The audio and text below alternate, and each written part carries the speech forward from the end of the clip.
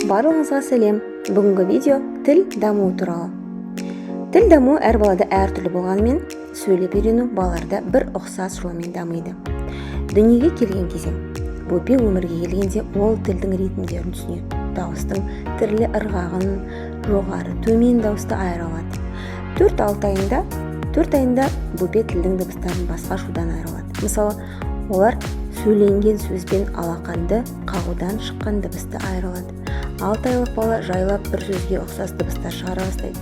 Бұл бөпе тілді пайдаланып жүрген деген сөз. Осы уақыт өте маңызды. Бала әлемдегі барлық тілдерге сай дыбыстар шығара алады. Бірақ жасы бірге жақындағанда өз тіліне сай емес дыбыстарды айтуды тоқтатады. 8 ай бөпе сөздердің шекараларын айырылады. Яғни сөздерді бөлек-бөлек екенін түсінеді. Ол сөздердің мағынасын енді ғана түсініп бастайды. Әсіресе күнде пайдаланатын сөздерді, дене мүшелері, тамақтанғанда пайдаланатын сөздер тағы басқа жақсырақ түсіне бастайды. 12 айында бала әр сөздің мағынасы барына үйренеді. Осы кезден бастап оларда сөздік қор пайда болады. Жаңа сөздерді қайталау арқылы үйренеді. 18 айында адамдармен сөйлесу үшін бала сөздерді қолдана білу керек екенін түсінеді. Бұл уақытта бала зат есімнен етістікті айыра алады. Баланың алғашқы сөздері әдетте зат есімдер.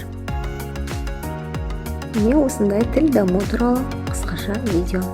Ал сіздердің балаларыңыз нешеде екенін, тіл дамуының қай кезеңінде екенін бөлісе отырыңыз.